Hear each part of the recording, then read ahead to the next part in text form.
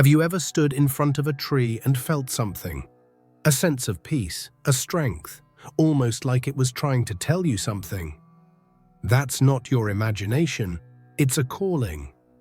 There is a secret language, a frequency that trees use to communicate, and that same frequency is the key to unlocking a level of energy and clarity you may have never experienced. The Egyptian god Thoth called it the language of creation. In this video, I'm going to show you how to decode that language.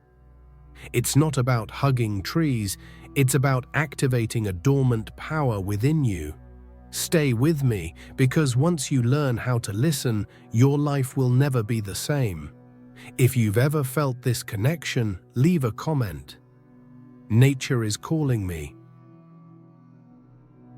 Just as the soul fills the entire body, the world is full of the universal spirit that sustains and gives it life. The figure who holds the key to this universal language is known by many names, but his story begins long before he was worshipped in the temples of the Nile. Before he was the god Thoth, the scribe of the gods, he was a priest king in a land of wonders, a continent that now lives only in our legends. Atlantis. He ruled not by force, but by wisdom, guiding a civilization that had reached a level of harmony and spiritual technology that today would sound like science fiction. They understood that consciousness was the foundation of all reality, and that the most powerful technology wasn't external but internal. When the great cataclysm came, the flood that submerged their world beneath the waves, Thoth was one of the few who survived. He didn't escape by chance. His mission was to preserve the flame of Atlantean wisdom and plant it in fertile ground so that humanity wouldn't completely fall back into darkness. He sailed with a group of followers and founded a colony in the land that would one day become Egypt, bringing with him knowledge that accelerated the development of that civilization in ways that still puzzle historians today. It is said that his reign lasted millennia, a period of peace and enlightenment. Thoth wasn't just a ruler, he was the archivist of the universe. He understood the fundamental laws that govern everything, from the orbit of planets to the electrical impulses in our brains. He knew that the universe is not a chaotic accident, but an intelligent order, a symphony of frequencies. And before ascending, before leaving the physical plane behind, he found a way to materialize this wisdom. He recorded it in an artifact of incalculable power, an object that crossed the centuries, coveted by kings and mystics. The legendary emerald tablets. In these tablets, made from an imperishable material that transmuted light, Thoth inscribed the Hermetic principles, the universal laws of creation. One of these laws, perhaps the most famous, is the principle of correspondence. As above, so below, as within, so without. This seemingly simple phrase is the master key. It tells us that the entire universe is reflected within us, that the same laws that govern the stars also govern our soul. There is no separation. The macrocosm and the microcosm are mirrors of each other. With this knowledge, Thoth left us a map. But it's not a map to a city of gold or a material treasure. It's a map to the treasure we carry within us, a guide to awaken our power as co-creators of reality. And the first and most crucial instruction on that map is a shift in perception. It teaches us that the deepest and truest form of communication doesn't happen through the mouth or ears. It happens from consciousness to consciousness, through the exchange of energy, of vibration. And this is where Thoth's legacy connects directly with the silent masters that surround us.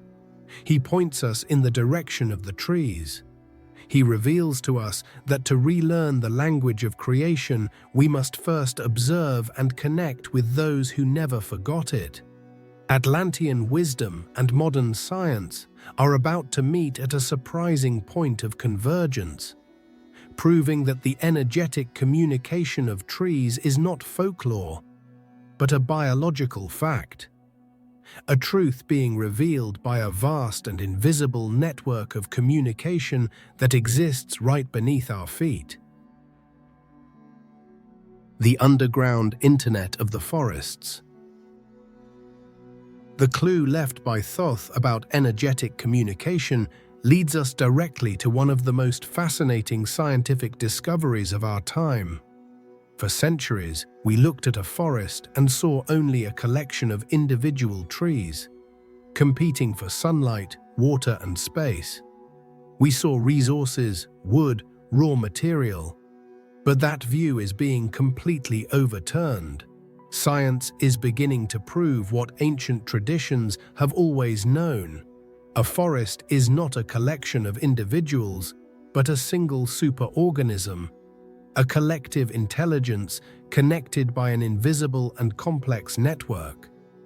Researchers like ecologist Suzanne Simard, a pioneer in this field, discovered that beneath the forest floor lies a vast and intricate web of mycorrhizal fungi.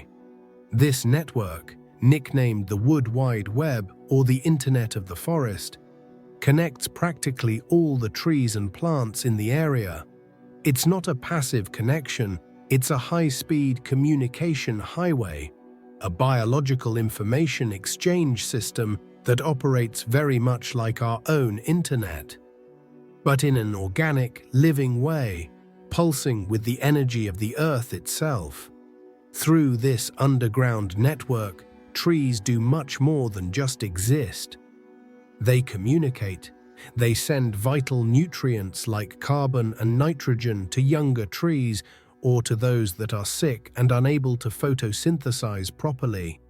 Older trees, called mother trees, act as hubs of this network, nurturing and protecting the seedlings around them, even recognizing and favoring their own offspring.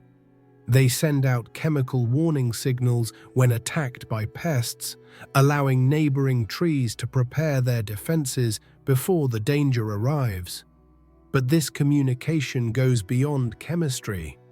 Esoteric traditions like Taoism and Druidism have always taught that trees are sentient beings that communicate through energy.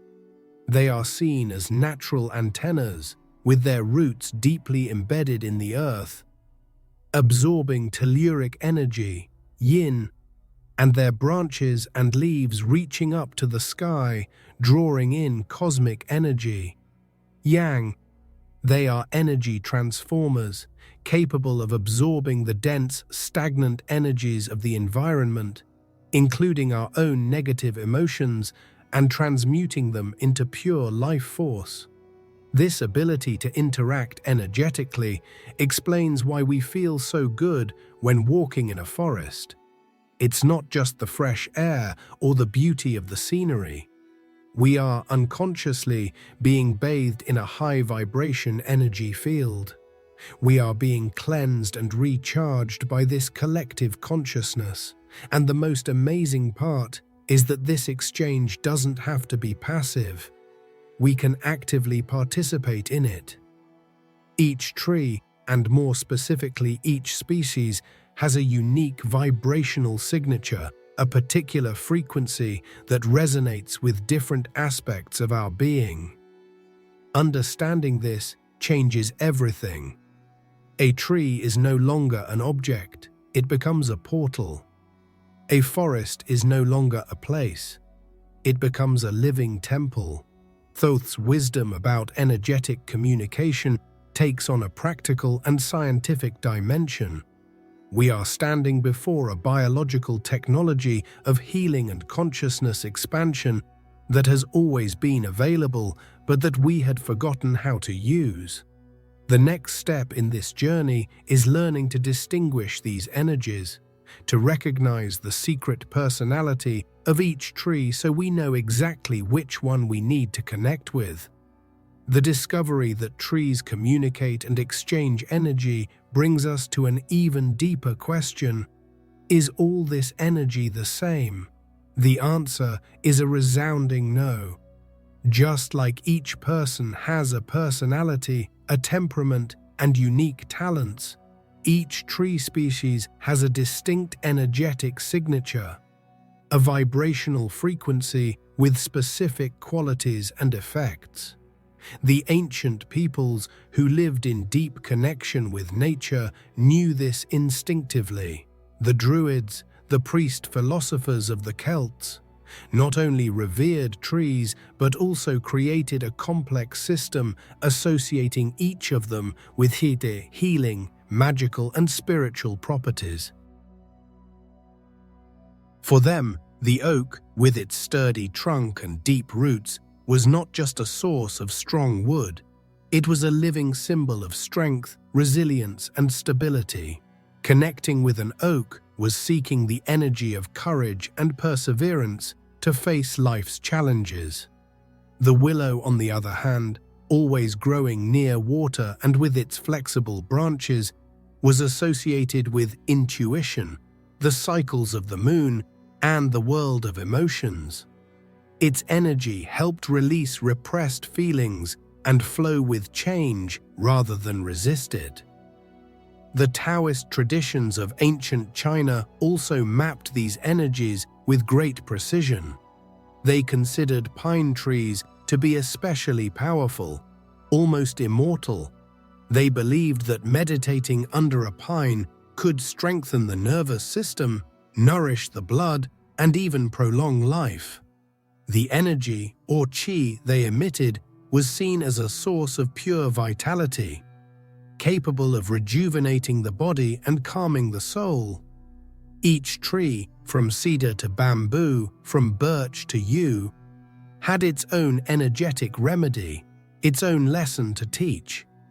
This wisdom isn't just poetic. The location of a tree also drastically influences its energetic potency. A tree that grows alone in an open field will have a different energy than one that's part of a dense forest. Those that grow near flowing water, like rivers and waterfalls, have their energy constantly cleansed and amplified, making them especially powerful sources of vitality. A forest, therefore, is not a silent place. It is a symphony of vibrations, a collective consciousness formed by the sum of all these individual energies. This is why the Japanese practice of Shinrin-Yoku, or forest bathing, is so effective. Science has already proven that being in a forest reduces stress, lowers blood pressure, and strengthens the immune system. But what we're really doing is immersing our energy field in this ocean of healing frequencies. We're allowing the forest symphony to tune our inner instrument. Yet we can go beyond being passive listeners in this orchestra. We can become active participants, entering into direct dialogue with one of these musicians. The first step toward that dialogue, toward that deep communion, is not something complicated or that requires years of training. It is a simple act of intention, respect, and presence. It is a ritual of approach, a request for permission that opens the door to a real and transformative energy exchange. It is learning to present ourselves to these ancient beings not as explorers, but as friends coming in peace, ready to listen and to share, beginning what may become the most important conversation of our lives. The first contact: how to ask a tree for permission. Now that we understand that trees are conscious beings with distinct energies, the question becomes practical. How do we start this conversation? How do we take the first step to establish a real connection? The process is much simpler and more intuitive than one might imagine. but it requires a fundamental shift in our attitude. We must let go of the rush, arrogance, and extractive mindset of the modern world and adopt a posture of humility, patience, and respect. It's like approaching a wise, silent elder. You don't walk up talking loudly or making demands. You approach with reverence. The first step is choosing. Walk through a park or forest without a fixed goal. Let your intuition guide you. Don't use your rational mind to decide which tree is better or bigger. Just walk and feel. Which tree catches your attention? Which one seems to invite you, to subtly pull you toward it? It could be a tall, ancient tree or a young, slender one. Trust that call. The tree that draws you in is probably the one whose energy you need the most at that moment. The connection has already begun before you even realize it. As you approach the chosen tree, do so slowly. Feel the ground beneath your feet. Breathe consciously. A few steps away, stop. This is a crucial moment. Close your eyes for a moment and, in silence, in your mind, announce your presence. Say hello. Introduce yourself. And then ask for permission to connect. Something like, "I come in peace and with respect. I would like to connect with your energy. Will you allow me?" This is not an empty formality. It is an act of recognizing the sovereignty and consciousness of that being. It is showing that you are not there to use the tree, but to interact with it. Now, stay silent and feel. The response won't come in words, but in sensations. You might feel a subtle wave of warmth, a sense of peace, a tingling in your hands, or simply a feeling of yes, of welcome. If that's the case, you've been given permission. If, on the other hand, you feel a block, a chill, a sense of not now, respect that. Thank the tree and walk away. Maybe it's busy, or maybe your energies just don't align that day. Don't take it personally. Just look for another tree that will receive you. Once permission has been granted, approach and establish physical contact. Gently place your hands on the trunk. You don't need to hug the tree dramatically unless you feel like it. Simply placing your palms is enough. Feel the texture of the bark, the temperature, the solidity. Feel the life pulsing slowly beneath the surface. Don't try to pull or absorb the tree's energy. For now, the goal is just one, to be present. Just breathe and feel. Let the tree get used to your presence and your energy. This first contact is about building trust. Trees operate on a much slower frequency than we do. They are beings of immense patience. By repeating this practice with the same tree, day after day, you begin to build a relationship. It will begin to recognize your energetic signature and anticipate your visits. It is in this space of familiarity and mutual trust that true communication begins to blossom, and from here, the tree may begin to offer you something in return. A gift that can literally cleanse and recharge your entire being.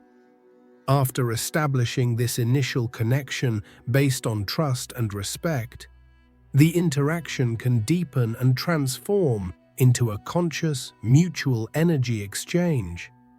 This is the point where the practice moves beyond just relaxation and becomes a powerful tool for healing and rebalancing.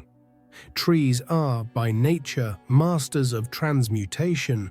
They are constantly absorbing carbon dioxide and turning it into vital oxygen. Energetically, they do the same. They absorb dense, stagnant energies and transform them into pure life force. And they can do this for us. The first step of this exchange is release. All of us accumulate energetic pollution in our daily lives. work stress, anxiety about the future, past wounds, frustrations. These energies lodge in our auric field and physical body, causing blockages and eventually illness. With your hands on the tree, close your eyes and set the intention to release all of that. Visualize these dense energies as dark smoke leaving your body, flowing through your arms and hands, and entering the tree's trunk.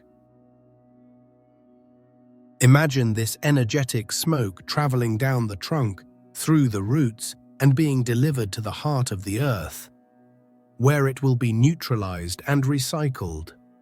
Don't worry, you're not polluting the tree. It knows exactly how to handle this energy. For it's like composting.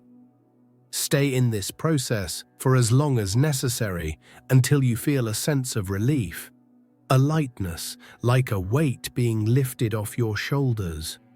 You are literally discharging yourself, using the tree as a perfect biological grounding system. But the exchange is not one way. Once you've emptied yourself of what no longer serves you, you've created space to receive. Now, shift your intention, silently ask the tree to share its vital energy with you, its strength, its peace. Visualize or feel this energy rising from the earth, through the deep roots, filling the entire trunk with bright, vibrant light. Imagine this light flowing from the trunk, through your hands and arms, and into your body. Feel this healing energy spreading through you, filling every cell, every organ, every fiber of your being. Visualize it dissolving any remaining blockages, calming your nervous system, clearing your mind, and revitalizing your spirit. Breathe in this energy. Allow it to fill you completely. This practice, described in ancient Taoist manuals as absorbing the qi of the tree, is much more than a simple visualization exercise. It is a real energetic transfusion on a subtle level. As you practice this giving and receiving regularly, something deep begins to happen. You are not just getting temporary relief. You are, little by little, consistently cleansing and strengthening your energetic field. You are teaching your body and your consciousness to resonate with the tree's higher and more stable frequency. And it is this ongoing practice of attunement that opens the door to the most lasting transformation of all, the ability to raise your own vibrational frequency permanently. The divine frequency, the secret to changing your reality. We've now reached the heart of this entire journey, the reason why this connection with nature is so transformative. Everything in the universe, including you, is energy vibrating at a specific frequency. Your thoughts, your emotions, your state of health. Everything can be measured as a vibration. Emotions like fear, guilt, and shame vibrate at very low and dense frequencies. Emotions like love, joy, and gratitude vibrate at high and subtle frequencies. The famous law of resonance, one of the pillars of Hermetic wisdom, states that like attracts like. You attract into your life experiences, people, and circumstances that match your dominant vibration. Therefore, the key to fundamentally changing your external reality is not to fight against it, but to change your internal frequency. If you want more joy, you need to vibrate joy. If you want more abundance, you need to vibrate abundance. The problem is that most of us are stuck in a loop of low vibrations, conditioned by stress, fear, and the negative narratives of society. Connecting with trees is the most direct and powerful way to break that cycle. They are anchors of high frequency. By connecting with them, you are literally tuning your energy field to their elevated vibration, just like tuning a musical instrument. However, the ancient wisdom of Thoth teaches us that we can go beyond a temporary elevation.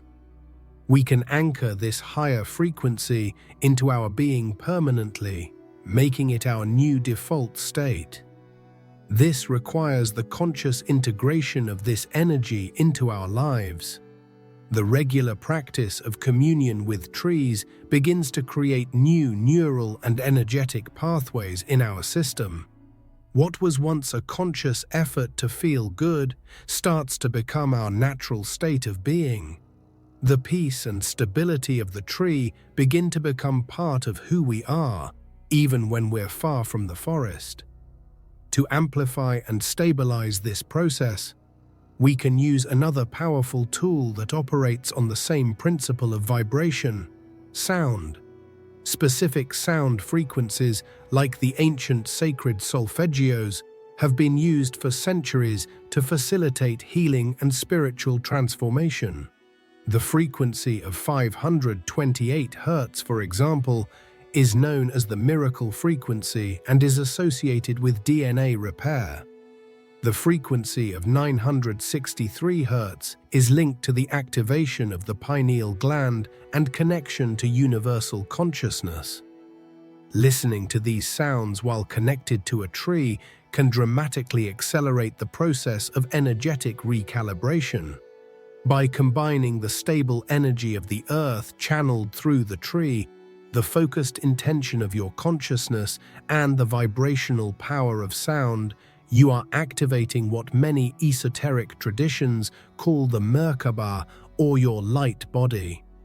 This is a geometric energy field that surrounds your body and, when activated, allows your consciousness to operate on higher dimensions.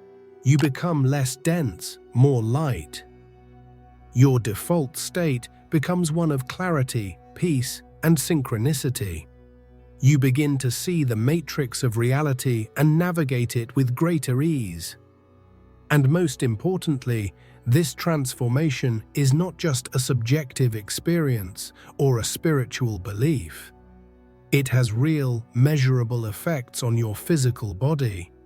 Your sense of well-being, your mental clarity, and your inner peace are the result of real biochemical changes happening in your system. Modern science, though using different language, is beginning to map and prove exactly these effects, providing irrefutable evidence that this ancient practice is one of the most powerful forms of medicine that exist. Everything we've explored so far, once considered mysticism, folklore, or magical thinking, is now being rigorously validated by laboratories and scientific studies around the world. The bridge between ancient wisdom and modern science is being built, and the name of that bridge is Shinrin-Yoku.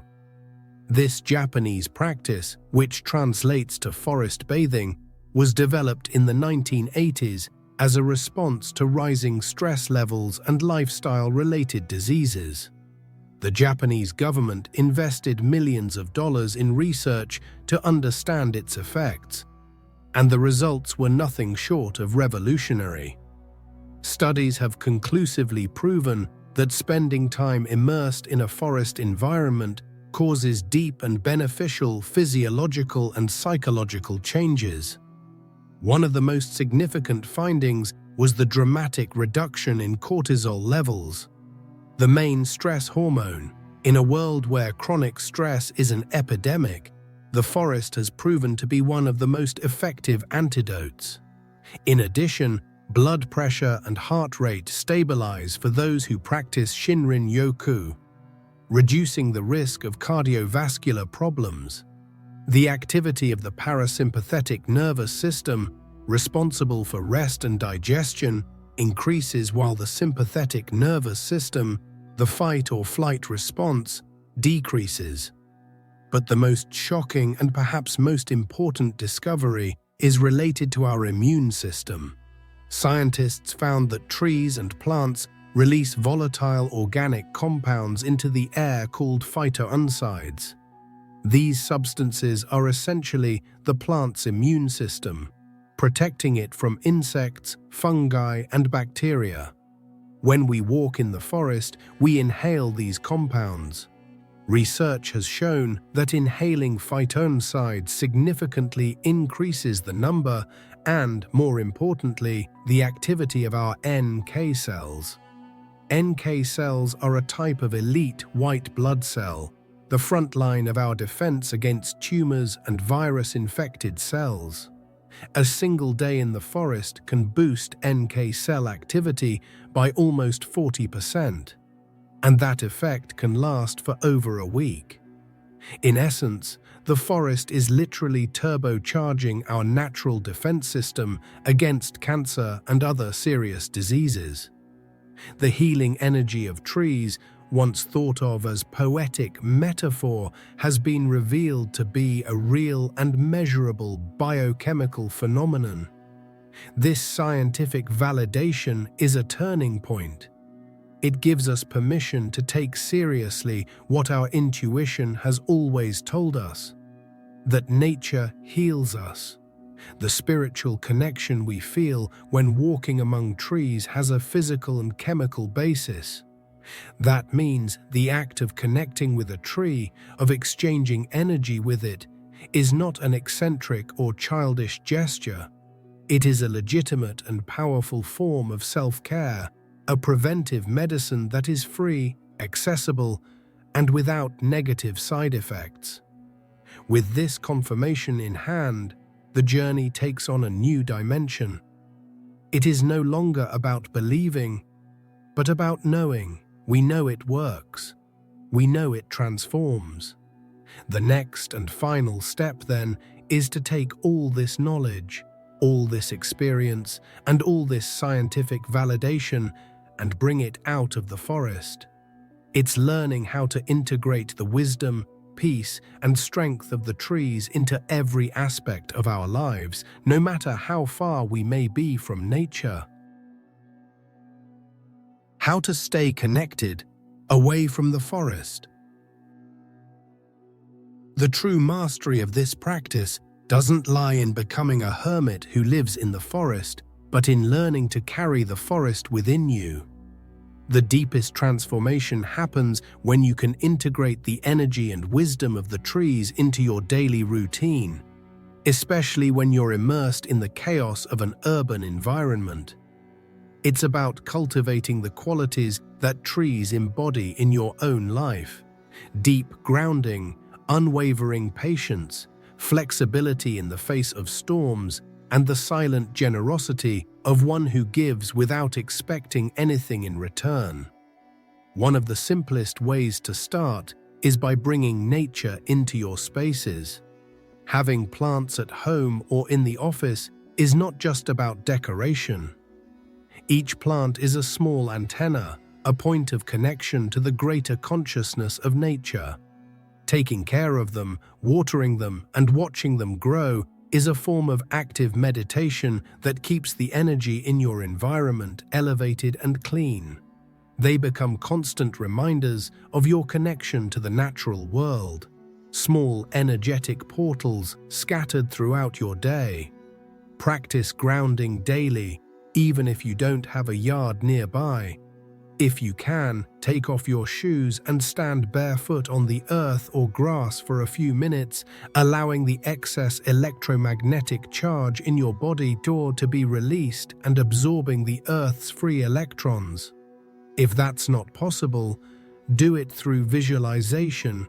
In the shower, in traffic, in a waiting line, close your eyes for a moment and imagine roots growing from the soles of your feet, penetrating deep into the soil until they reach the center of the planet, anchoring and stabilizing you.